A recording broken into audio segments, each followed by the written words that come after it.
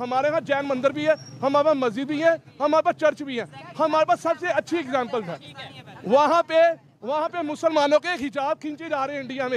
ये बता ना, ये बता, मुझे ये बताएं, यहाँ पे पाकिस्तानी और जो है खुद तमीर करवा रहे हैं मंदिर, वहाँ पे हिजाब खींचे जा रहे हैं, हिजाब खींचे जा रहे हैं। ऐसे फेयर नहीं होगा। मुझे पाकिस्तान के अंदर एक शहर है फैसलाबाद, वहाँ पे सिर्फ वहाँ के अंदर 100 फैक्ट्रियां बंद हो गई हैं बिकॉज हुकूमत इतनी महंगी बिजली दे रही है, इतनी महंगी गैस है, जो कॉस्ट है इतनी ज़्यादा है कि अवाम जो है या जो बिजनेसमैन है वो अफोर्ड नहीं कर सकते मैन्युफैक्चरिंग करना। जबकि इंडिया के अंदर मैं देख रहा था कि जो फॉक्सकॉन के जो हेड हैं वो इंडिया आए हुए थे और वो बता रहे थे कि उन्होंने $1.4 बिलियन की इन्वेस्टमेंट भी की है जब से वो इंडिया में आई है। कि टाटा कंपनी बहुत बड़ी है और उसके अलावा उनके पास कारों की बहुत बड़ी इंडस्ट्रीज मौजूद हैं। उन्होंने अपनी कारें 1000 से ऊपर कारें थी जो बाहर के मुल्क अंग्रेज़ों को भेजी, जो कि कार बनाने में एक्सपर्ट है। बट हमारे यहाँ क्या हो रहा है, हम बाहर से भी एक तो एक्सपोर्ट ले नहीं पा रहे क्योंकि महंगी बहुत है। हाँ। और हम अपने भी इदारे नहीं चला पा रहे। सिर्फ इस बुनियाद पे हमें दूसरों ने भी उल्लू बनाया हुआ कि भाईजान आप दोनों आपस में दुश्मन हो, आपने दुश्मनी निभानी है। नहीं मर रहे वो मुसलमान, नहीं इंसान मर रहे हैं, वो हमारे अपने मसले हैं। इंडिया के साथ इंडिया की बात क्यों? आप यहाँ पे अगर मरे तो वो इंसान वहाँ पे नहीं मरे, यहाँ हिंदू कह के नहीं मारा जा रहा है, ये हिंदू है, इसको हमने वहाँ पे मंदिर नहीं जाने देना। श्रीलंका के मैनेजर थे, उनके साथ जो हुआ, पेशावर में एक सिख के साथ जो हुआ, उसके अलावा अगर आप सिंध की बात करें वहाँ पे जो होता है, आप क्या वो कहेंगे वो भी इंसान है? बिल्कुल बिल्कुल बिल्कुल। अब इंडिया में वहाँ पे जाति अब यहाँ की बात कर रहा हूँ, आप वहाँ जा रहे हैं कि जब हमारी स्टेट, जब हमारी रियासत, जब हमारे कौमी इदारे इस चीज़ की इजाज़त देंगे हमें कि वो कहेंगे आप हमारे साथ लड़ें शाना बशाना, तो उस वक्त उससे कश्मीर के नाम पे लड़ लिया, कभी किसी और मौजू पे लड़ लिया, उन्होंने ये कर लिया। उन्होंने डिजिटल में बहुत बड़ा काम किया। उनके आप IT डेवलपर्स देख लो, IT इंजीनियर्स देख लो, दुनिया की बड़ी बड़ी कंपनियों में। इंडिया को मैन्युफैक्चरिंग कर रहा है, तरक्की कर रहा है, नज़र आता है। कोई चांद पे पहुंच गया, हमारा पाकिस्तान अभी तक पता ही नहीं चांद पे गया, पहुंचा कि नहीं। वो पहुंचे हैं, अगले पता लगा कि चांद पे पहुंचे। हम पहुंचे नहीं, चाइना के जो है सैटेलाइट के ऊपर हमने अपना झंडा लगा दिया था। चाइना के ऊपर लगाया ना हमने, खुद तो नहीं ना बनाया सैटेलाइट्स। या हमें खुद बनाया होता हमें फ़ख्र होता है यार, पाकिस्तान ने भी कोई तरक्की की है, ठीक है, वो चांद के ऊपर पहुंचे हैं। लेकिन इंडिया ने खुद अपनी सैटेलाइट बनाई, उसके ऊपर अपना झंडा लगाया और चांद के ऊपर पहुंचाया, ठीक है। जैसे इंडिया तरक्की कर रहा है वैसे पाकिस्तान को उससे ज्यादा तरक्की करना चाहिए। तो हम दुनिया के साथ कम्पीट नहीं करना है। अब हुकूमत पाकिस्तान ने कहा है कि हम आपकी कोई मदद नहीं करने जा रहे, आप अगर दुनिया के साथ कम्पीट कर सकते हैं तो ठीक है, वरना आप अपने बंदोबस्त करें, आप कोई और कारोबार कर लें, सिर्फ वो कंपनी रह जाए जो ये कर सकती है, ठीक है। अब वो कह रहे हैं कि जी गवर्नमेंट को अपनी बिजली की कीमतें जो हैं वो कम करनी चाहिए। और पाकिस्तान की एक्सपोर्ट जो है वो कोई कॉटन ये इन चीज़ों से तो नहीं है, वो तो बांग्लादेश ऑलरेडी बहुत ज़्यादा हमसे आगे है। हमारी तो जो मेन एक्सपोर्ट है वो ह्यूमन रिसोर्स है। हम तो बंदे भेजते हैं, डंकियां मारते हैं, बाहर जाते हैं, उसको पैसे भेज देने से जिंदा रहना है। अब देखिए ना, एक तरफ ये चीज़ हो, एक तरफ सिर्फ IT की बातें हो रही हैं।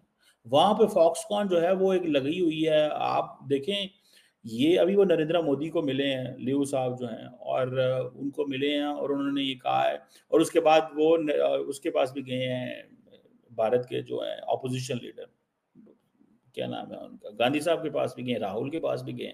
वैसे राहुल गांधी के साथ जो हुकूमत ने किया है वहाँ पे कि उनको as a opposition leader, he is the prominent person, उनको उनके 15 अगस्त वाले दिन आखिर में बैठा दिया। वो बहुत सारे लोगों ने उस पर तनकीद भी की, पता नहीं क्यों बैठाया, कैसे बैठाया, क्या हुआ। हालांकि ऑपोजिशन लीडर है वो, भारत की ऑपोजिशन के नाते उनको इज्जत मिलनी चाहिए थी। लेकिन सारी बात है, शायद हुकूमत समझ दिया कि इनकी जरा ये ओवर ना हो जाए। तो दोस्तों, पाकिस्तान अधिकृत कश्मीर भारत का हिस्सा था, है और रहेगा। यह बात गृह मंत्री अमित शाह समेत तमाम नेताओं ने एक दो बार नहीं बल्कि कई बार अनेक अवसरों पर कही है। यहाँ तक कि संसद में आर्टिकल 370 हटाने वक्त दहाड़ कर बोला गया। बीजेपी ने पाक अधिकृत कश्मीर की 24 विधानसभा सीट पर चुनाव करवाने की दम भरी थी। अब जम्मू कश्मीर में केंद्रीय चुनाव आयोग ने तारीखों का ऐलान कर दिया है, लेकिन POK की 24 सीटों पर वोटिंग नहीं होगी। चुनाव आयोग यहां वोटिंग नहीं करवा रहा। बीजेपी के दम भरने और चुनाव आयोग के POK की 24 सीटों पर मतदान नहीं कराने की आखिर क्या है वजह? जम्मू कश्मीर में विधानसभा की कुल 114 सीट है। चुनाव आयोग ने सिर्फ 90 सीट पर मतदान कराने की घोषणा की है। इसका साफ मतलब है कि 24 सीट पर मतदान नहीं होगा। ये वही 24 सीट है जो पाकिस्तान अधिकृत कश्मीर में आती है। केंद्र सरकार ने जम्मू कश्मीर से धारा 370 को समाप्त कर दिया था। इसके बाद अब जम्मू कश्मीर राज्य में चुनाव होने जा रहे हैं। इससे पहले साल 2020 में जम्मू कश्मीर के लिए परिसीमक आयोग का गठन किया गया था। इस आयोग ने 2022 में अपनी रिपोर्ट पेश की थी। रिपोर्ट के सामने आने के बाद जम्मू कश्मीर में विधानसभा की सीट बढ़ा दी गई है। पहले जम्मू कश्मीर में जहां 107 सीट थी, अब वही 114 सीट है। 6 जम्मू तो 1 सीट कश्मीर में बढ़ी। पीओके पर पाकिस्तान का कब्जा है, जिसे पीओके कहा जाता है, जबकि पाकिस्तान उसे आज़ाद कश्मीर कहता है। यहाँ आज भी पाकिस्तान का अवैध कब्जा है। भारतीय सेना या सरकार की पीओके तक पहुँच नहीं है, इसीलिए यहाँ चुनाव नहीं कराए जा सकते हैं। पाकिस्तान ने 1947 यानी आज़ादी के बाद से ही पीओके पर कब्जा कर लिया था। भारत पीओके को अपना अभिन्न अंग मानता है। पीओके के लिए भारत सरकार ने विधानसभा की 24 सीट रिजर्व की है। सरकार का मानना है कि सीटें रिजर्व करने से पीओके के लोगों के लिए प्रतिनिधित्व सुनिश्चित होता है।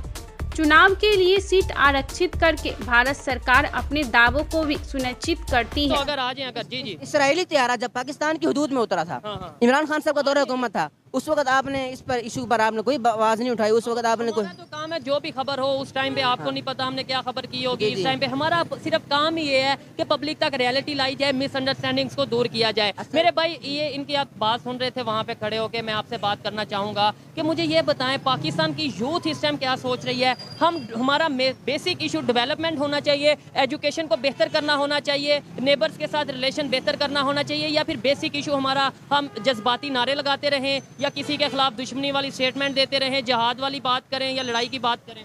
देखिए जी, सबसे पहले तो जो जितने भी कौम इंटरनेशनल लेवल पूरी दुनिया में जो कौमें तरक्की की है, उनकी बेसिक जो वजह रही है वो तालीम रही है।